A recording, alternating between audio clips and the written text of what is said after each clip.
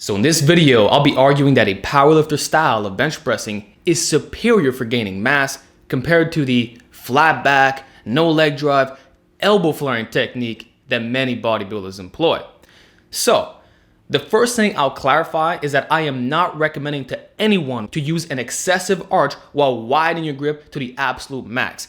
This is common in the extreme lightweight classes of powerlifting as well as the female divisions. Truth is, 99% of you don't even have the flexibility to pull that off, myself included, and it's absolutely inferior for gaining size. So let's make that clear. I want you to simply retract your scapula, get locked into that bench, plant those legs tight. This way you are in the most stable position. That is it.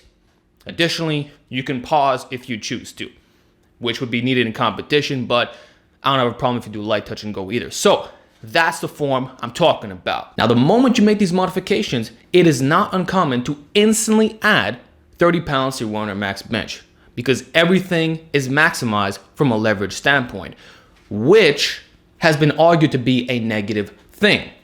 A lot of bodybuilders will tell you that you're reducing the range of motion on the pecs and that the stimulus to fatigue ratio is worse.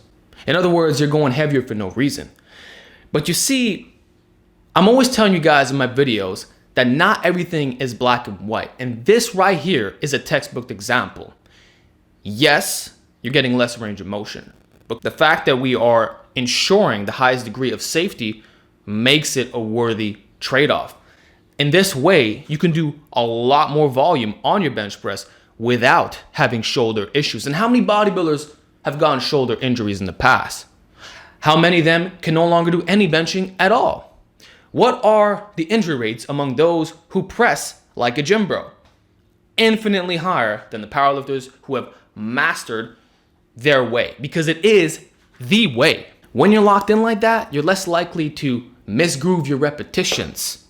The form will look a lot cleaner rep to rep, to which even when you're fatigued, you won't be shifting side to side as much, and your bar path will be a lot more consistent. So those are the form implications. Internal rotation is not a feature that enhances pectoral development. Neither is doing the exercise completely flat back without any leg drive. That's how you minimize stability, which is the worst thing you could possibly ask for. Not only in terms of gaining strength, but also having the safest form. Besides that, the range of motion loss is really insignificant.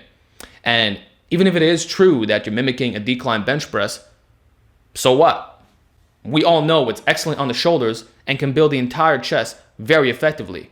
So if you say that arching your back is bad because you're doing a decline press, then you must also extend that logic in saying decline presses are bad for pectoral development, when the evidence seems to suggest the otherwise, as well as decades of anecdotal experience.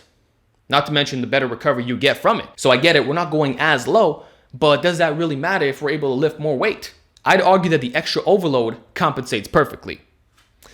Secondly, if you're approaching this topic from a bodybuilder's perspective, then you're not only going to do one style of benching to begin with.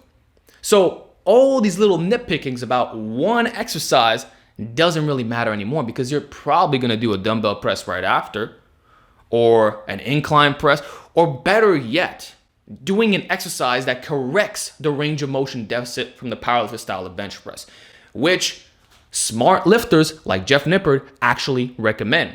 If you watch his latest push-pull legs video, he says you want to have one day in which you're doing the bench, the other, you can incorporate weighted dips or even deficit push-ups. This is what we've been trying to preach you guys for years. These issues are only prevalent with those who follow minimalist programs. The moment you have a synergy of lifts, these problems completely go out the window. 100% guaranteed every single time. Facts, bro. This way, it is impossible to be lagging in any way, given the fact that all the joint angles and strength curves have been addressed. Now, if that's still not enough, please watch this video on how to light up your pecs from bench press. I give you some extra tips which should solve your concerns. And with that said, I got nothing more to say. Super simple video. Let me know if you want more like these where I break down certain techniques and if it's good or bad for strength and size. And that's it. I'll talk to you in the next one.